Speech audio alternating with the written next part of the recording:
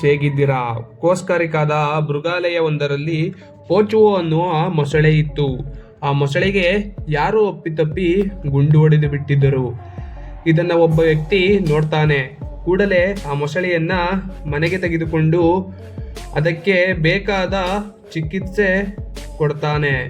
ಮೊಸಳೆ ಮೊದಲಿನ ತರ ಆದ ನಂತರ ಎಲ್ಲಿಂದ ಆ ಮೊಸಳೆಯನ್ನ ತಂದಿದ್ನೋ ಅಲ್ಲಿಗೆ ಆ ಮೊಸಳೆಯನ್ನ ಬಿಟ್ಟು ಬಿಡ್ತಾನೆ. ಆ ವ್ಯಕ್ತಿಗೆ ನಿದ್ದೆ ಬರುತ್ತೆ.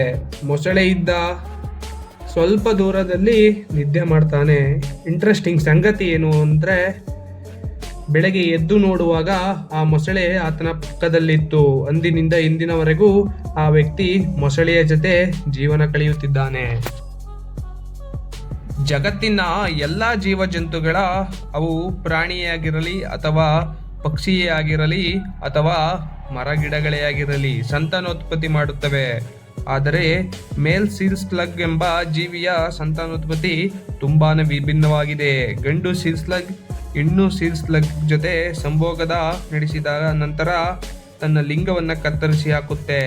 ಹೀಗೆ ಮಾಡಿದ್ರೆ ಒಂದೇ ಸಲ ಸಂಭೋಗ ಮಾಡಲು ಸಾಧ್ಯವಲ್ಲ ಅಂತ ನೀವು ನನಗೆ ಕೇಳಬಹುದು. ಆದರೆ ಈ ರೀತಿ ಲಿಂಗ ಕಟ್ಟು ಆದರೆ ಆ ಜೀವಿಯಲ್ಲಿ ಲಿಂಗ ಬೆಳೆಯುತ್ತದೆ.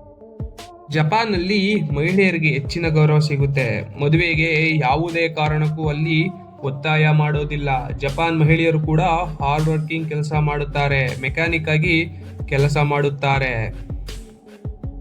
ಸ್ನೇಹಿತರೆ, ನಿಮಗೆಲ್ಲ ಗೊತ್ತಿದೆ, ಭಾರತದ ನೋಟಿನಲ್ಲಿ ಮಹಾತ್ಮ ಗಾಂಧಿಯವರ ಫೋಟೋ ಇದೆ. ಅದು ಯಾವುದೇ ನೋಟು ಆಗಿರಲಿ, ಅದರಲ್ಲಿ ಗಾಂಧೀಜಿಯವರ ಫೋಟೋ ಇದ್ದೇ ಇರುತ್ತೆ. ಅದುವೇ ಇಂದಿನ ಕಾಲದ ನೋಟುಗಳಲ್ಲಿ ಸುಭಾಷ್ ಚಂದ್ರ ಫೋಟೋ ಇತ್ತು.